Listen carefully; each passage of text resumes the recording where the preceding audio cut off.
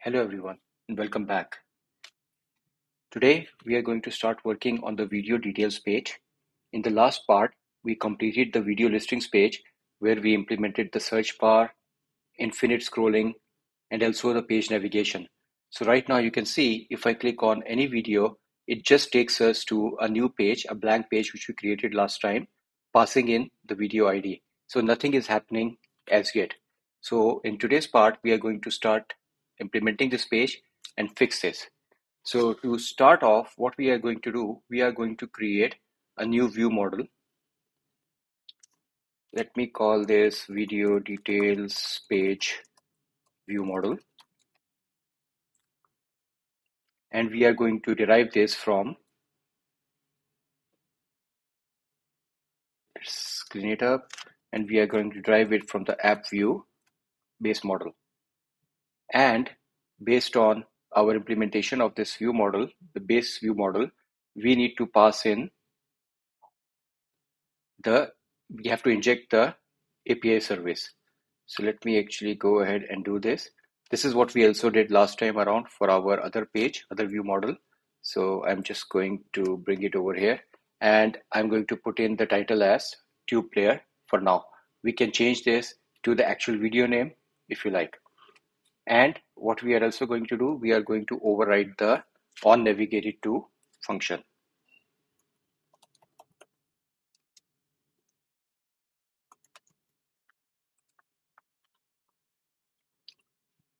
And we can make it async because we are going to be asynchronously fetching data from internet using the YouTube API.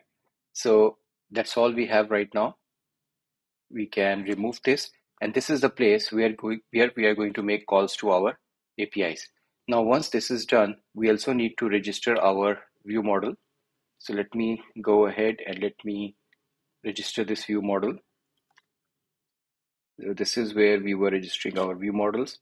So this time I'm going to register it as a transient service because for every page, for every video, we want a new instance of this view model to be created.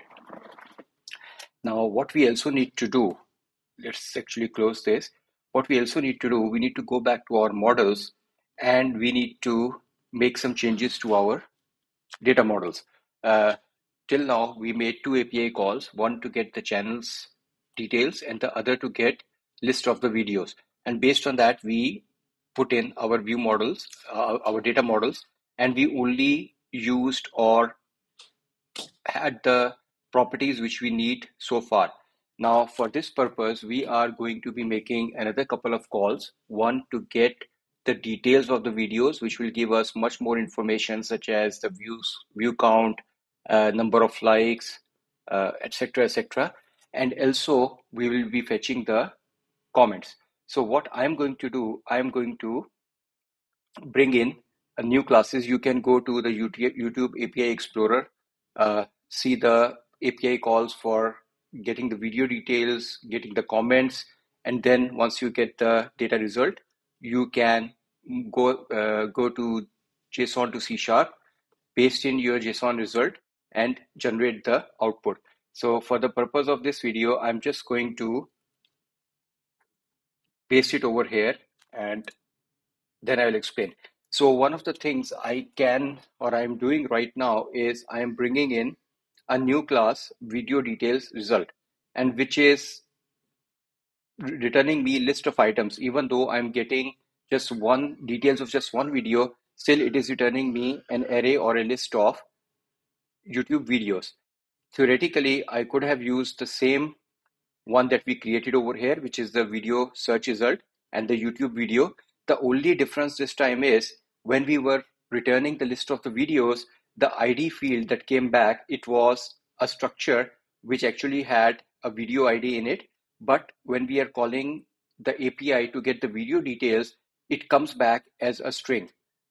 So that is the reason I have to recreate this, but I'm going to make use of the same snippet that we had earlier, and we can add more items to this. And we also have the content details.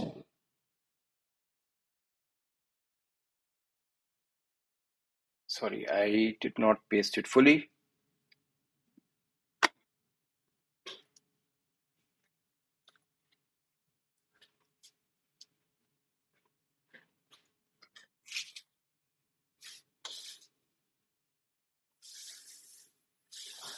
So I have the content details. These are the ones that I'm going to add these classes now. So let's go ahead. Let me add this content details. Now we also need the statistics class. So I'm going to bring in the statistics. So these are the statistics that we are going to be getting, which will have the views count, the like count, number of comments, and also our channels object make use of the same statistics object, which last time we just commented out. And for that, in the same object, I have put in the subscribers count as well.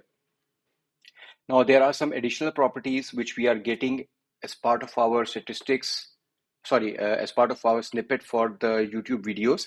So I am going to go back over here and I'm going to bring in these properties. So these properties are the list of the tags.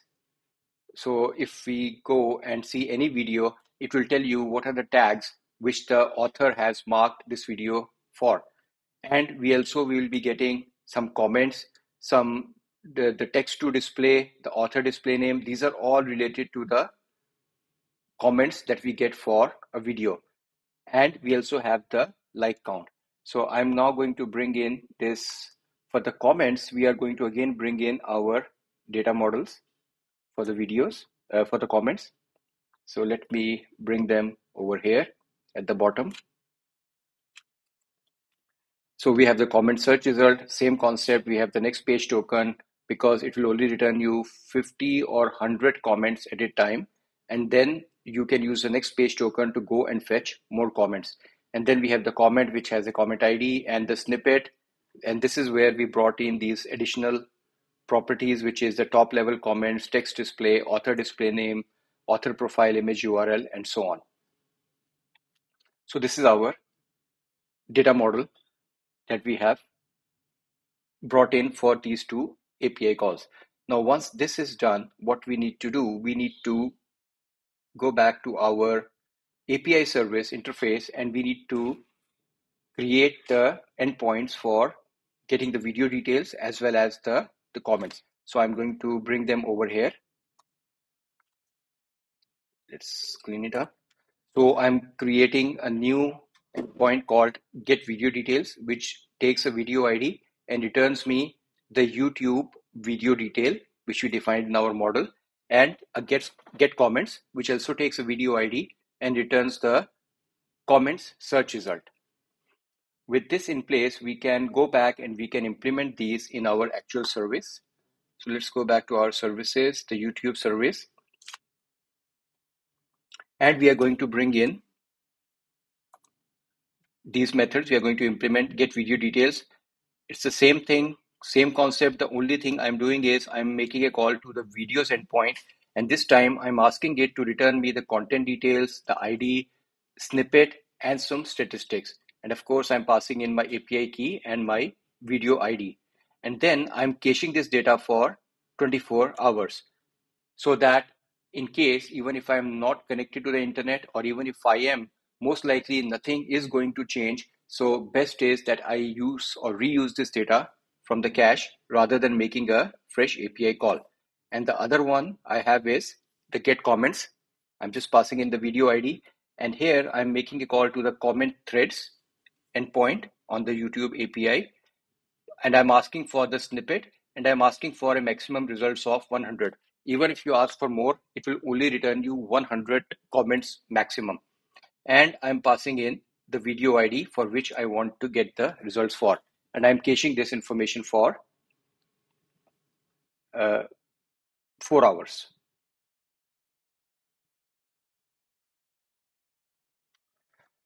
So with our API service now completed, let us go back to our, let's save this, go back to our view model. And now this is where we will start fetching this information.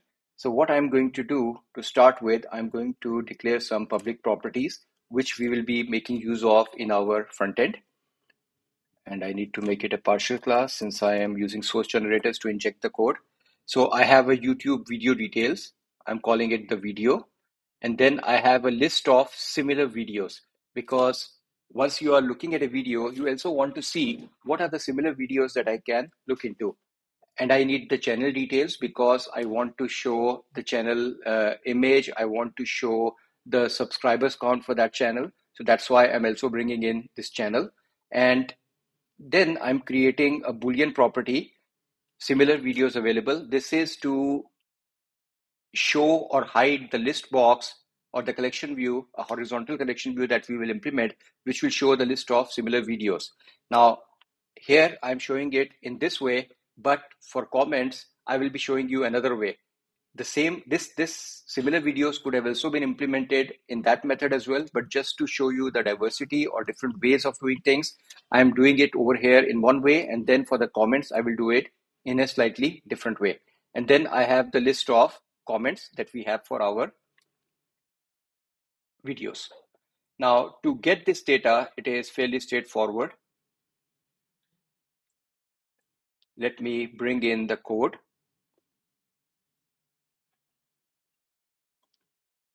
And in our onNavigated 2, this is what we are doing.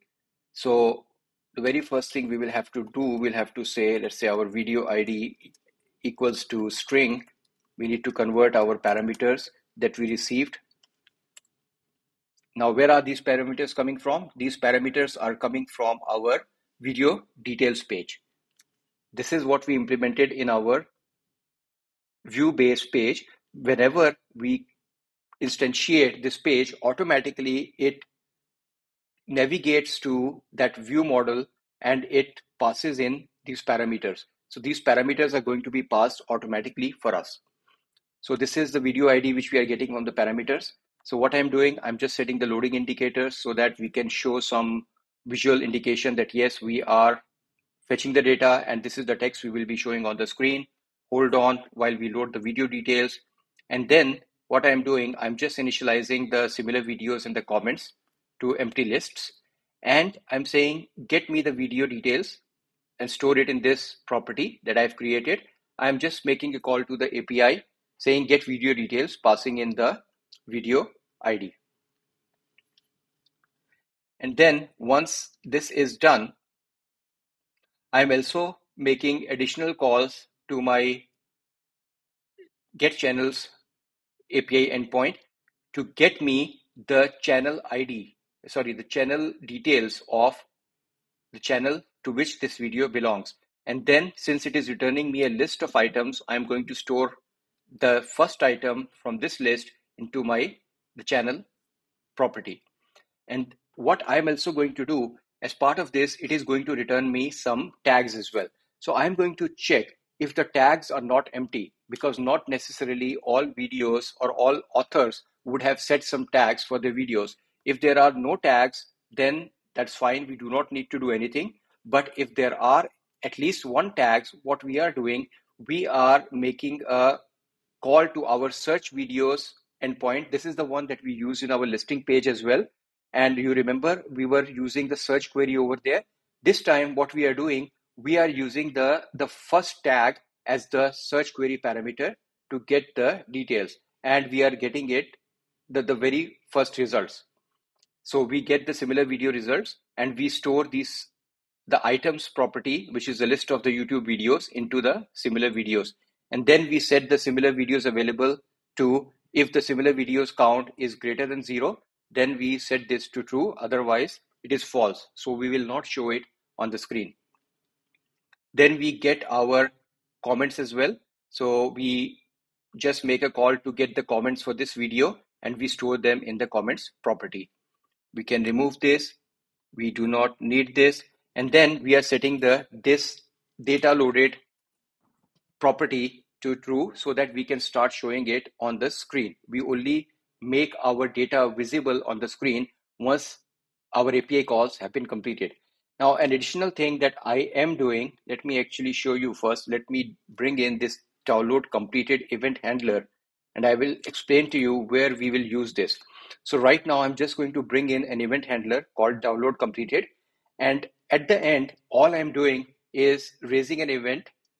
If this download completed event is not empty, it is not null, someone has subscribed to this, I'm just invoking it, telling the world that yes, I have done something, the data has been downloaded. So that and this is something we will use to show data on our UI with some animations. I'm not going to go into details for this as yet. We will cover this as part of our next video. But right now, we are just invoking this method, telling our page that yes, the data has been downloaded. You can do whatever you want. And this is the plain vanilla stuff that we implemented last time as well. We are catching the internet connection exception and showing appropriate error message, or if it was any other error, we are showing the error message. This is exactly the same code which we copied from our previous view model. So with our view model now completed over here, let us go back and let us fix our video details page.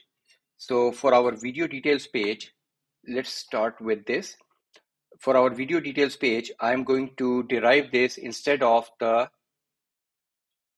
content page. I'm going to derive it from our view base video details page view model. This is exactly what we did for our start page as well. If you recall, we just derived it from the view base start page view model. This time around, I'm going to derive it from the video details page view model. And I'm going to just change the structure of this constructor a bit, not much. So I'm just going to take in, instead of the video ID, I'm going to change it to object and call it init params. And this init params or initialization parameters, I'm going to pass it to my view base. That is all I need to do over here. Now, what this will do automatically, it will hook this page to a video details page view model, and automatically it will call the on navigated to event, passing in this video ID which we passed from our start page automatically. All of this is going to happen automatically for us. So let me close this.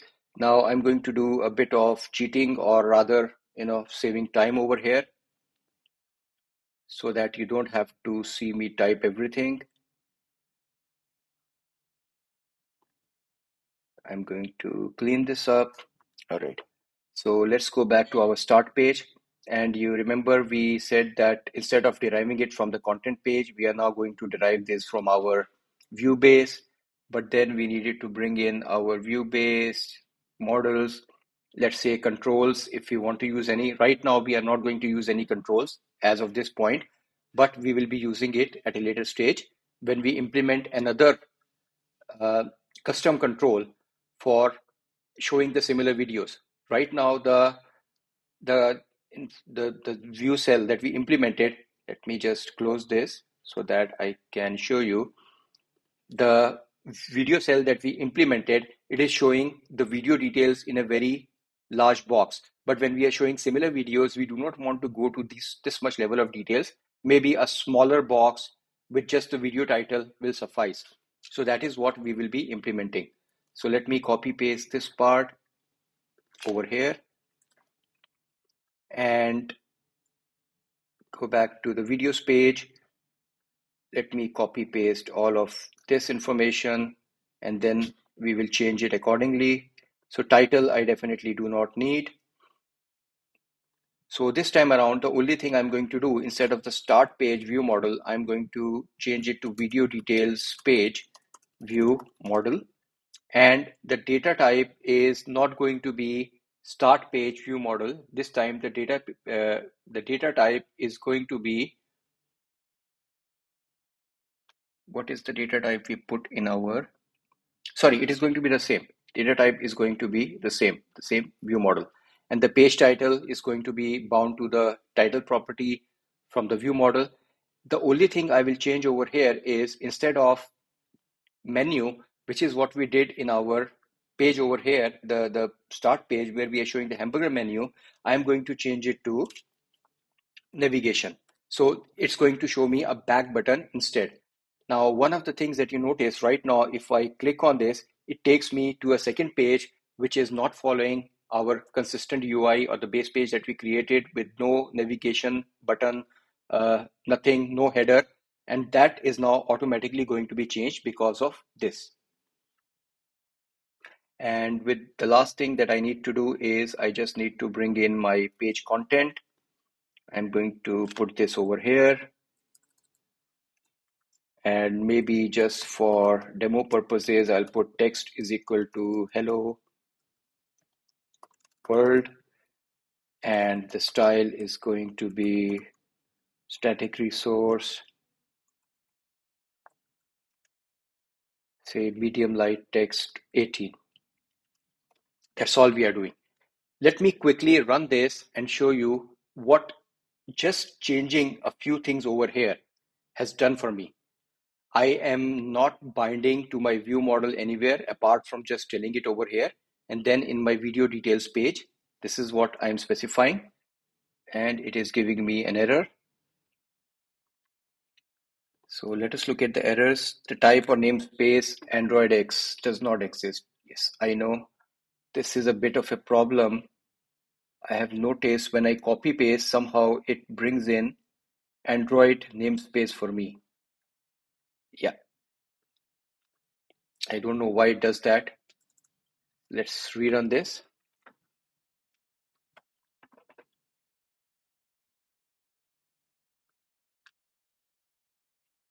So this time, hopefully the application comes up. Okay, the application is launched.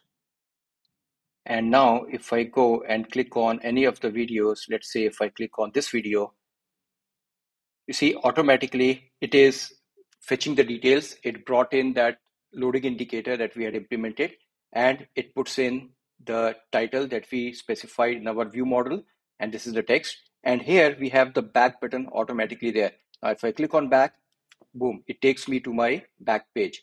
I did not need to write any piece of code because we had done it once in our page base or the master page. So this is how easy it is to work on this. Now going back to our video details page, I'm going to specify a bit of UI over here. So let's just replace this label with a grid.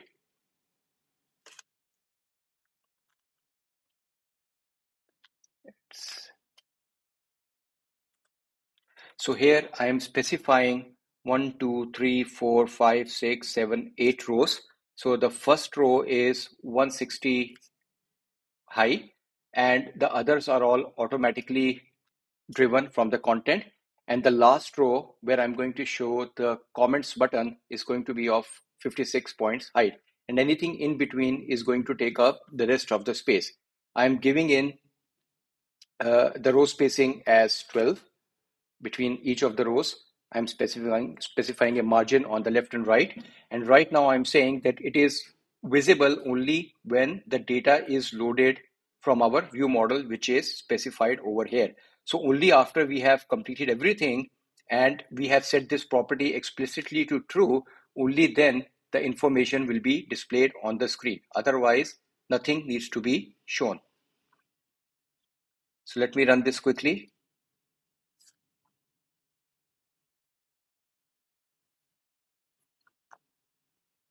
In fact, it is expecting an error over here somewhere.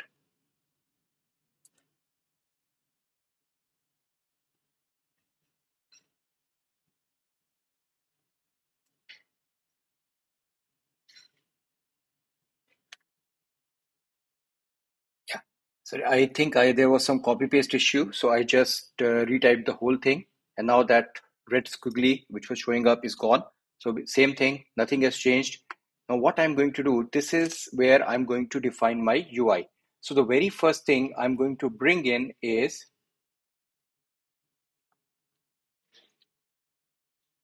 my main information, or the let's start with the video image. So let us call it, I'm going to paste it over here. Pasted it in the wrong place. No.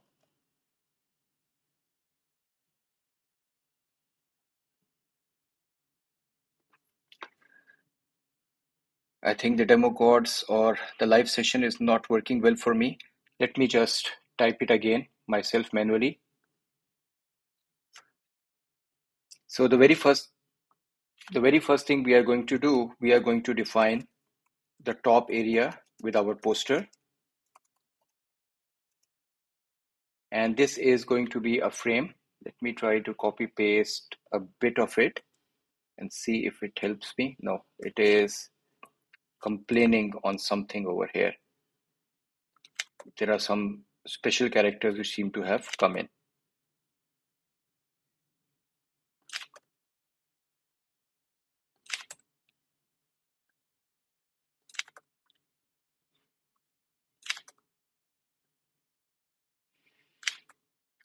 Yep, this worked. So I have a frame at the top. Again, as I mentioned, there is a bug right now in .NET MAUI. The image does not get clipped when it is inside a border. That's why I'm resorting to using frame. So I'm just saying, no shadow. I'm setting a corner radius of 8, filling in the space in this first grid row, which is of height 160 points. And I'm saying is clip to bounds is true. And the only additional thing I'm doing over here is I'm giving it a name. So I'm not just creating this frame as such, I'm giving it a name, which I will show you in the next video what this is all about. So inside this, I'm going to bring in a grid, and this grid is going to contain multiple items. Same problem I have here. Let's clean it up. I'm going to be displaying different pieces of information within this grid. One is going to be our main image or the poster of the video. Then I'm going to be showing the duration of the video. For example, this video is 1 hour, 13 minutes long, or this video is 31 minutes long, or so on. And I'm also going to have a play button, and this is the same place where I'll also be putting in a control to play the video on the screen.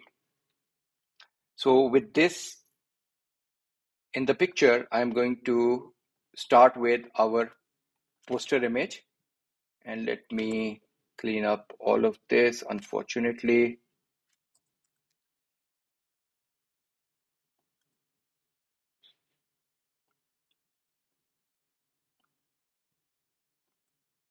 so it is simply an image control, and I'm using URI image source for data caching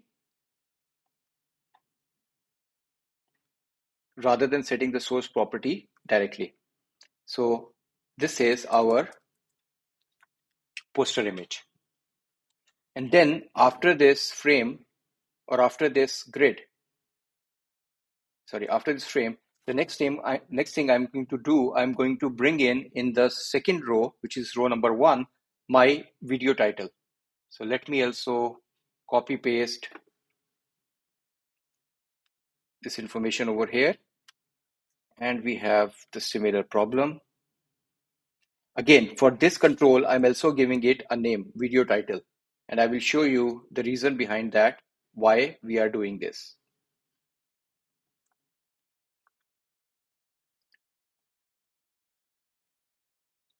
So here, this vertical stack layout just has a couple of text labels. One label is showing our video title, and the second label at the moment is only going to show us something, which is like some subtitle is going to come here. So what this subtitle is going to be? This subtitle is going to contain,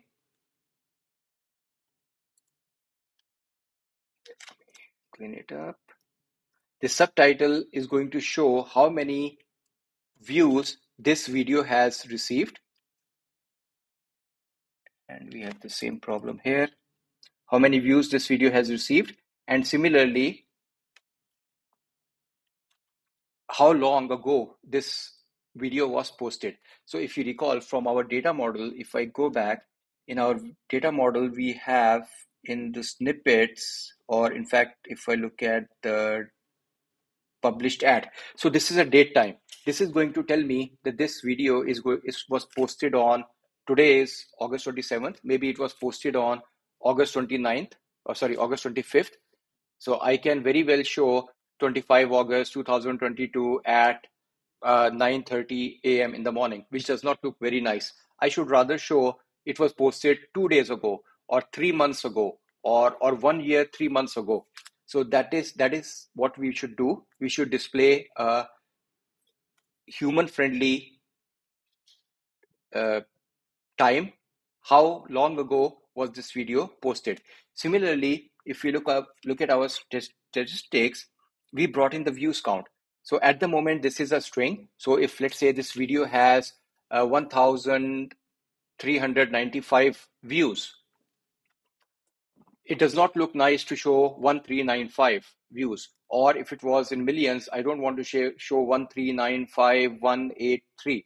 I should rather show it as 1.4K or 1.3 M views, which is going to make it look much nicer. That is what we will be doing. So right now I'm just leaving a placeholder for this purpose.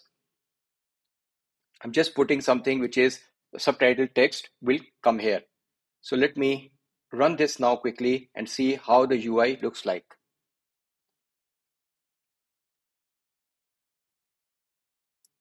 So the application is coming up.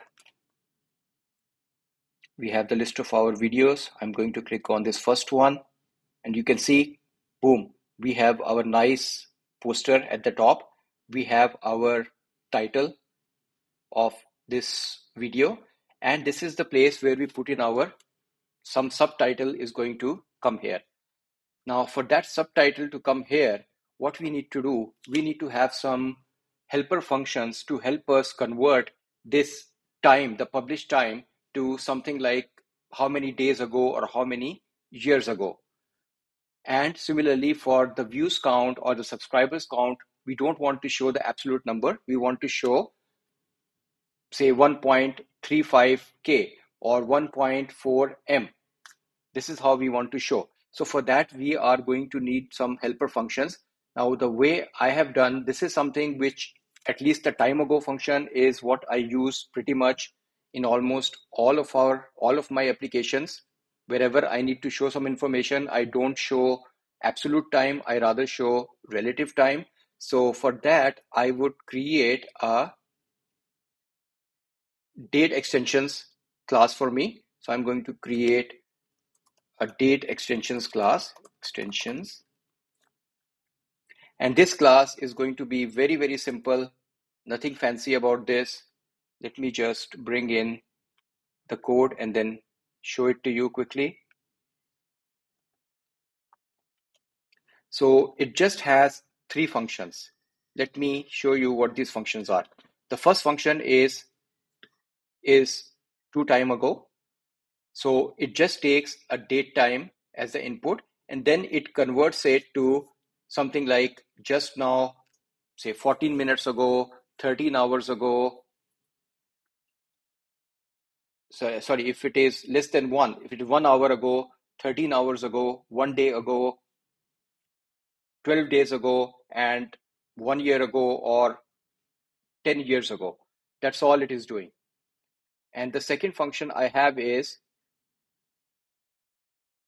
for duration purposes, this is a helper function which I have written, which will convert the time into, again, a human readable format. For example, the time you get for the duration, you are going to get the time span. Now you can display it. Let me give you an example. If a video is 1 minute 34 seconds, or if the video is for some reason 1 day, 2 hours and 34 seconds, it does not look nice to display it like this. I should rather show it as 1 hour and 34 minutes. And this one, I should show it as 1 day, 2 hours and 34 minutes. And of course, if there are seconds, the seconds would be displayed. So this is exactly what this function is doing. It is converting your time into days, hours, minutes, and seconds. It's a simple helper function that I have written. Don't worry about this code. Towards the end of this series, I will be posting this whole source code on my GitHub page, so you can get it from there. The last one is to time span. So this is, again, I get the duration and I convert it to a time span. Now this, I will show it to you where it is going to be useful, because the duration that I get from YouTube, it is going to be in this format, PT1D 54M of this format. So this is the ISO standard. So I'm converting that to a regular time span, and then that time span I'm passing it to my readable string. This is what I'm getting, and I'm displaying it in the readable format. Maybe just for the reference, I can quickly show you YouTube API Explorer how the data is coming in.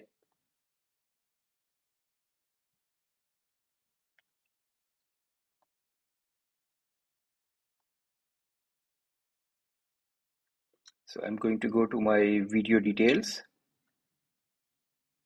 Let's say list.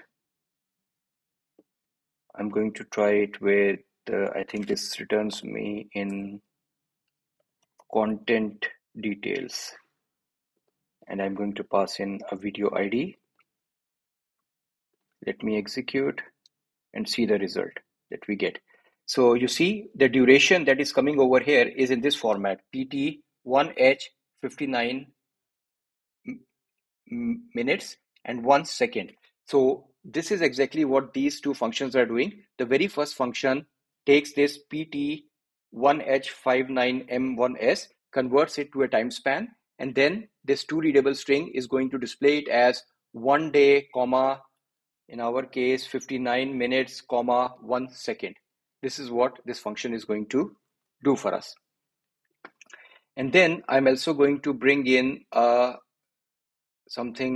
new class called number extensions. This is going to help me work with numbers easily.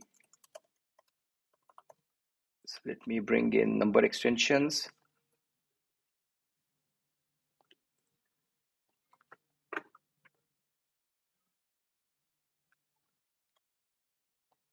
Let me quickly paste the code. It's a very simple thing. It's a formatted number. I pass in any number, and all it is going to do, it is going to convert it to this format, something with a minutes, with a million or in thousands. So if I pass in a number like 1, 2, 3, 4, 5, 6, 7, it is going to return me 1.2 billion. Or if I pass it in a number 1, 2, 3, 4, it's going to return me as 1.2K. Anything less than 10,000, it is going to return me like a normal number. So sorry, in this case, it is going to return me 12.4K, 12.3K. Everything else is going to return me an absolute number with comma separated. So if I pass it 1, 2, 3, 4, it is going to return me 1, 2, 3, 4, something which I can easily read, or it is human readable. So these are a couple of extension methods that I have written. Now, unfortunately, what we noticed, or if you look at the data, let me go back to our data models. The view count that we are getting is a string. It is not a number. So this number extensions that I have written, it is not going to help me, because the data I'm going to get is 1, 2, 3, 4 like this. I cannot make use of this. For this, there are different ways of doing this. For me, the simplest solution is, or a quick solution was, rather than spending too much time, I just created another wrapper function on top of this. So another extension method with the same name, but this time taking a string. And all I'm doing, I'm converting this string number to a double first, and then I'm calling this formatted method, which is going to eventually call this method in turn and return me the same result. So with this in place, let us go back and let's fix some of the things. For example, for the channels, we are going to be showing our channel subscribers. So in statistics, inside the statistics, if I go, there is a subscriber count, which is a string. So to make it easy for me, I'm just going to create a public property over here called subscribers count, and I'm going to say get it from my statistics.subscribers count dot formatted number. Since this is a string, it is going to call this first extension method, this one, which in turn is going to convert it and call this method and return me the subscribers count. So if I go back over here, and then I'm just injecting after that subscribers. So this is for our channels class. Similarly, for our video details, I can bring in similar information. So let's remember we were working with the subtitles. So let's go back to our video details. Yeah, here it is. So here I can bring in a video subtitle, and same thing, I'm going to statistics, view count, which is a string, converting it into a decently readable, for example, 1.2 m views, a pipe, and then I am displaying from my snippets what was my published time to time ago. This is the extension method that we wrote over here, which is going to convert it to a human readable format like this. It was posted, say, 10 days ago, 1 day ago, 5 minutes ago, etc. So that's all I'm doing. Now with this, now I can actually go back to my page. Let's actually close some of them to get me some real estate to work with. I can go back to my video details page and I can replace this with binding the video subtitle mode is equal to one way. That's all I need to do. So let me run this quickly now.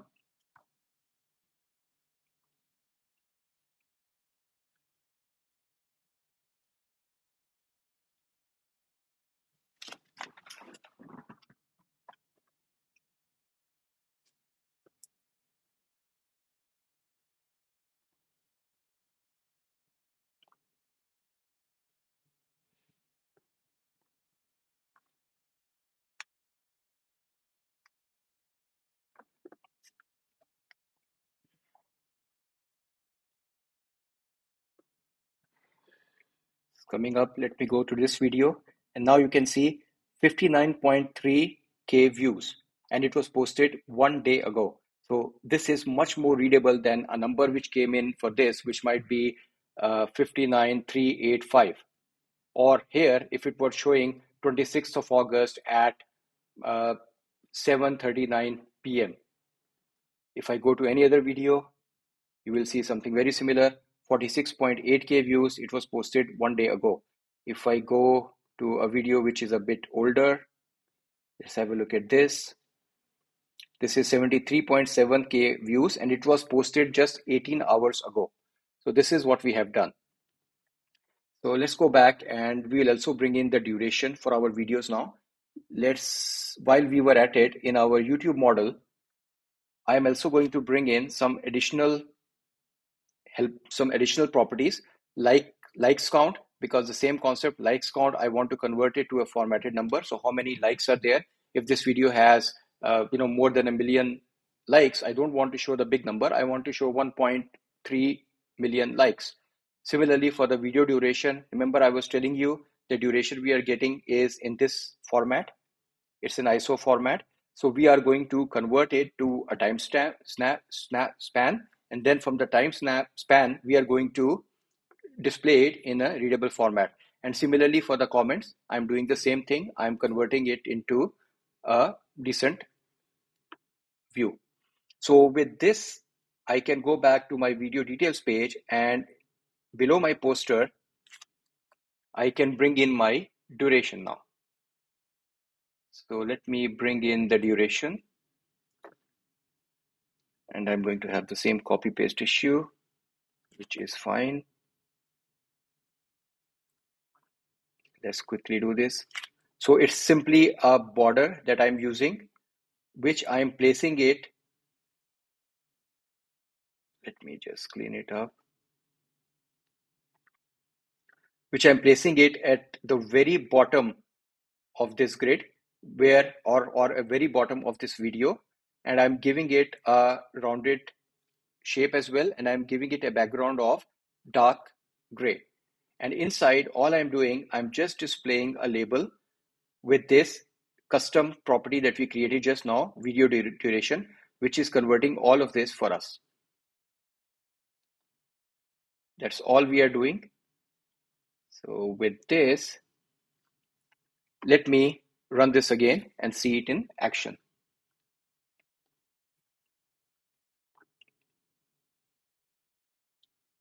Should be coming up very soon. Now if I click on this video, so you see over here, now it is showing that this video is 3 minutes and 43 seconds. Or if I go to another video, this video is 8 minutes 11 seconds. Let me go to another video. This is 17 minutes 49 seconds. Let me actually search for a bigger video. If I recall, let's quickly see, maybe Samsung Unfold event, which happened a few days ago.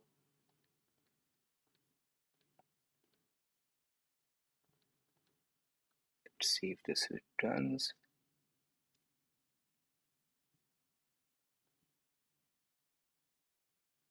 This is just highlights. Samsung full event.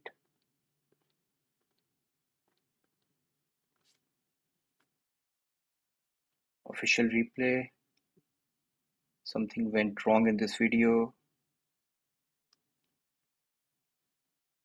These are, I think, all private videos. Maybe we cannot watch them. Yeah, so here it is. You can see it is 2 hours 18 minutes and 1 seconds. So this is what this is doing. So we are displaying a much more human readable view for this. Now, of course, you could have easily used any other uh, component for this. For example, there is one out there which is called Humanizer, which I think pretty much does all of these things. But for this simple application, I did not want to bring in another dependency. That's the reason I wrote it myself. And anyways, this is not something which is very overly complicated. For this small kind of thing, I don't feel comfortable bringing in a dependency and then, depending on updating that NuGet package, or if there is something changes, or if there is a bug, I don't have to suffer. For this simple purpose, this method works. But of course, if it was a very complicated method, take this example of this time duration. Now, to convert it from this ISO format to this, I did a bit of research and I quickly found out that, again, it was not a simple research. I had to literally go through a lot of pages to understand, but then I found out it's a very, very simple implementation like this, wherein I can convert this ISO to a timestamp, a type time span, and from the time span, I can convert it to a human readable format. But for some people, it might not be that easy. In that case, please, by all means, go and use any other component or library which is out there. So that's it for today.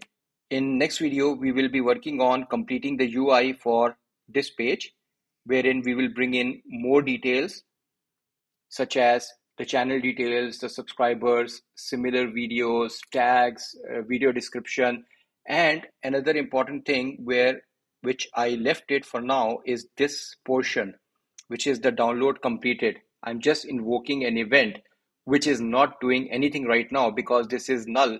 That is what I'm checking with a question mark. If it was defined, only then invoke it. So right now, when I execute this code, it is not invoking anything. That is what we want to do, because whenever this is completed, I want to do something. And what is that doing something? If I go back to my page, or if you look at this application, what happens is the moment you click on a video, everything comes in all together. I want to show this coming in with a bit of, animations. So perhaps, first this poster should come in slowly, then after that poster, the title should come in, then the channel details, then other details, and so on. And it should not be one after the other. It should also be overlapping. So I'm going to also implement some animations over here. That is where I'm going to make use of this event handler. And another thing that I did, if you notice, for all of my controls, I gave them a name. So for my frame, I gave it a name. For my video title, I gave it a name. And these are the names, these are the name controls I'm going to use to bring in or show the animation. So please stay tuned for that. See you next time. See you all.